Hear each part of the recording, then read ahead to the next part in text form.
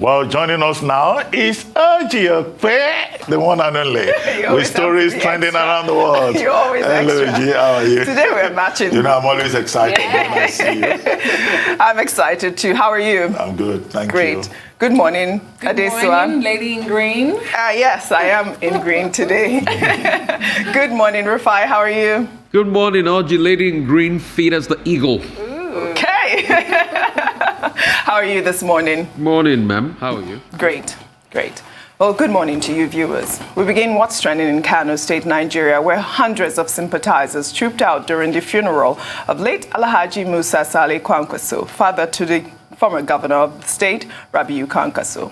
The late patriarch, whose death was announced on Christmas Day, was a respected elder statesman in Kano State. He died at the age of 93. His funeral, which was held at the residence of the former governor, was attended by dignitaries and hundreds of people who came out to pay their respect while flouting COVID-19 protocols. Let's take a quick look.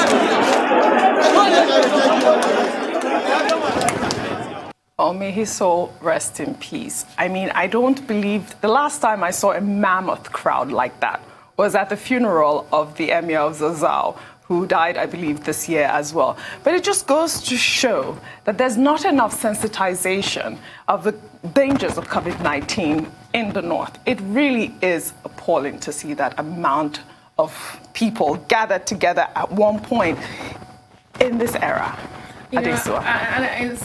I can see this crowd and I can pick maybe about 5 to 10 people wearing face masks. See there, right here, just one in the midst of 6 people wearing face masks. And you're very correct. I mean, Kano State at the moment is the 9th most affected state in Nigeria when it comes to COVID-19 with over 2,000 cases. And I must add that that's according to official statistics.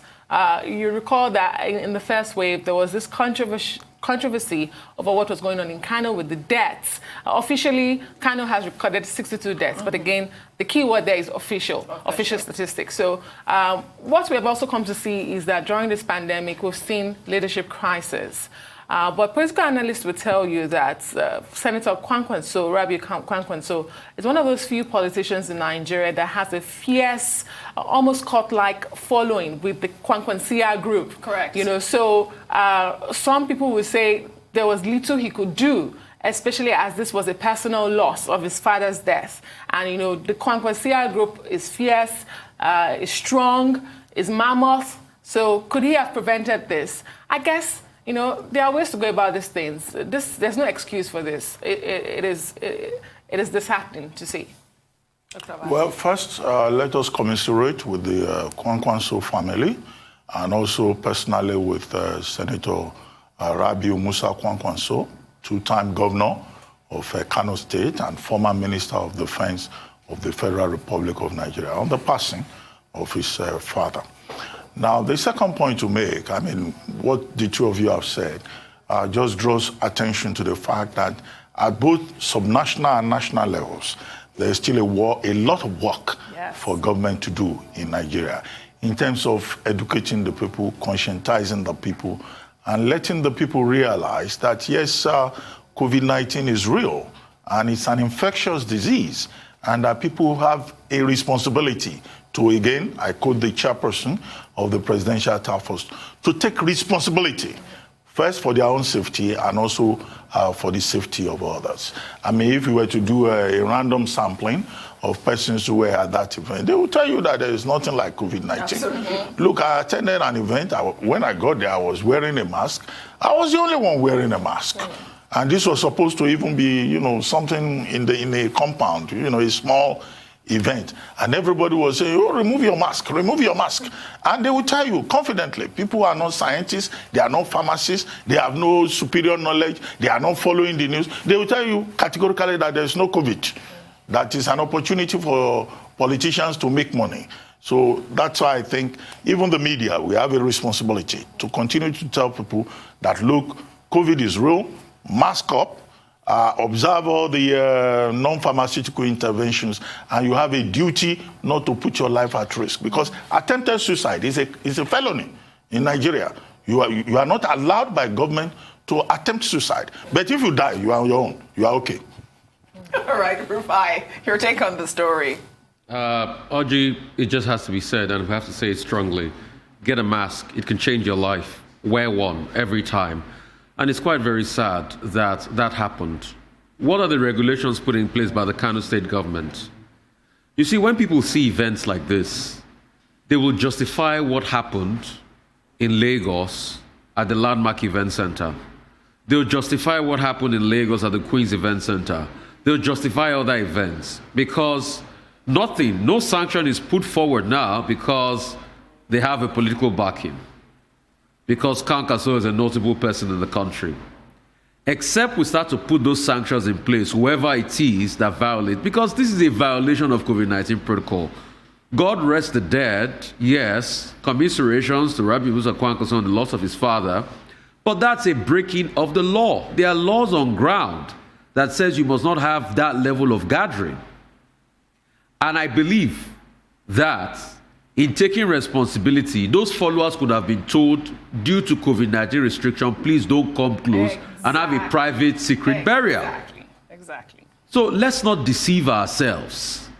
All these followers, if they love him so much, he could have told them, please don't come out because of COVID-19. And we have a private, secret burial. This was how one governor that we interviewed told us on this same show that the people love me, you can't push them away, they will come out and show me love. In the thick of COVID-19, that same governor too came down with COVID-19. We forget it's a matter of life and death. So if politicians do not take responsibility, people will not take responsibility. And you see, it is scenes like this that justify those church leaders that are now clamoring, that are saying you can't stop them for doing crossover service. Because in their argument, they will bring forth videos like this and say, look at it now, a politician's father's burial, there was this level of crowd, and you don't want us to have crossover. You are negotiating, you say, okay, we should leave before 12 midnight because there's a curfew in Lagos. All of us were not fighting COVID-19 the same way. What is sauce for the goose should be sauce for the gander. All right. That's how we can fight COVID-19 effectively. Good point, Rufai. We'll take another story. On Monday in Adamawa State, Nigeria, reports of an attack of Boko Haram sect left residents fleeing for their lives in the town of Garakida. The attack, which started around 6 p.m. in the evening, had Nigerian army exchanging gunfire with terrorist group for several hours. Residents of the community, including children, took refuge on the mountains. Let's take a look. You can see how empty Garakida is due to the Boko Haram that they are advancing towards Garakida.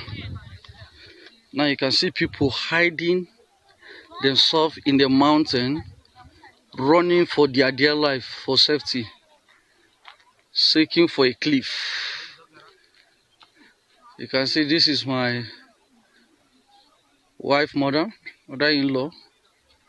She's trying to go down, advancing. You can see us and my family.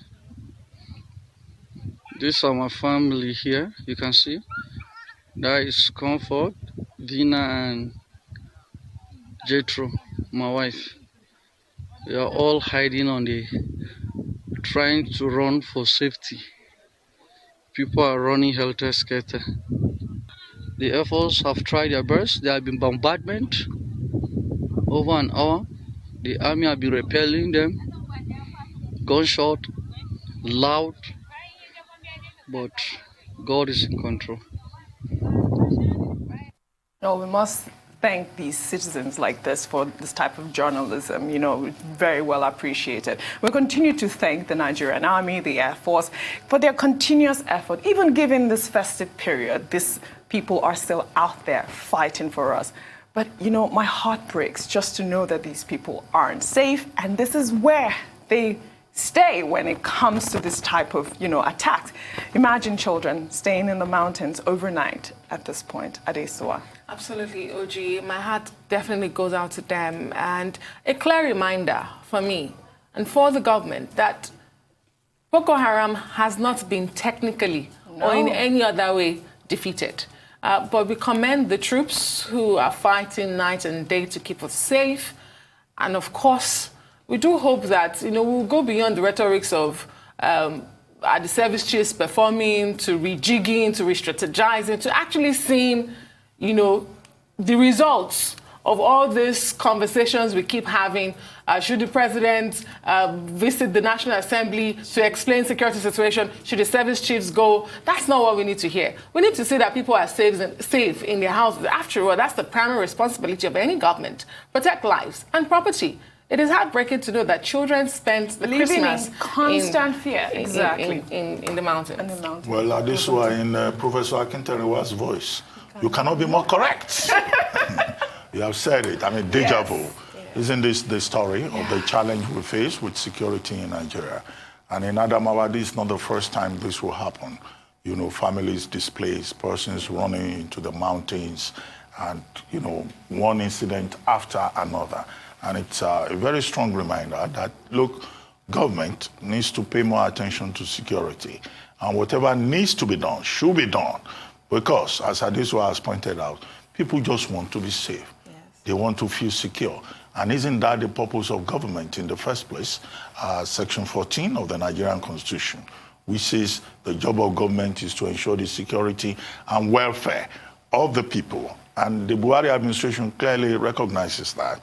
And that's why security is one of the major 3 planks of this administration's policy direction. What Nigerians are just asking for is that, look, whatever it will take, just make sure that we're safe. Whether the people are in Adamawa or they are in the South or any part of the country at all. Good point. But Rufai, before I come to you, I'll take our final story. Tributes have been pouring in for a young Nigerian woman by the name Renua Giwa-Amu, who committed suicide on Sunday after several years of battling depression and suicidal thoughts. Earlier in the year, in an open letter, Renua accused her father, Femi Giwa-Amu, who is a clergyman, of raping her as a child on numerous occasions. As her plea for help fell on deaf ears, Renua on Sunday took to social media to reveal that she was going to commit suicide, while warning family members not to mourn her demise. Nigerians have used the hashtag RIP Renua to share condolence messages on social media. Rufai, I don't know if you followed this story, but this is so heartbreaking. There are a lot of people going through that. And please, society, when somebody speaks up, give them help. It causes depression, causes mental health issues. Trust me, there are some things you felt you've dealt with over the years, but when they creep up, it will come back to you. Do you know, it was yesterday I saw that I was still dealing with the pain of being bullied when I was in secondary school, when you talked about the bullying case yesterday. It's been many years. There's some things we're still dealing with. Mental health is a big deal. And let us do what it takes to fight against anything that stops or hinders our mental health. And when people come out cry for help, let us give them help. Please, it has to be said. Secondly, that video from Adamawa is an indication of what is happening. I just hope some people will not come out and say fake news and Photoshop, because that's also the sad reality. And like I said before, when we're giving tribute to Sam and Isaiah, when we come out and say things are wrong, it's not because we don't love the country. It's not because we don't want our leaders to do well. I want President Buhari to succeed. I want his cabinet to succeed. Because if he succeeds, Nigeria will succeed, and it will trickle down on me. I want him to do well. But for the love of God and country, we need to speak up when things are not well. There's an insecurity situation. That video has shown it. That's about it.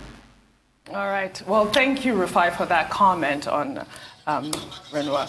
Well, I guess that's all I have for you guys. Yes, thank you very much. Thank you. We don't have much time to discuss. Thank you very much. Thank you very much. We'll see you tomorrow morning.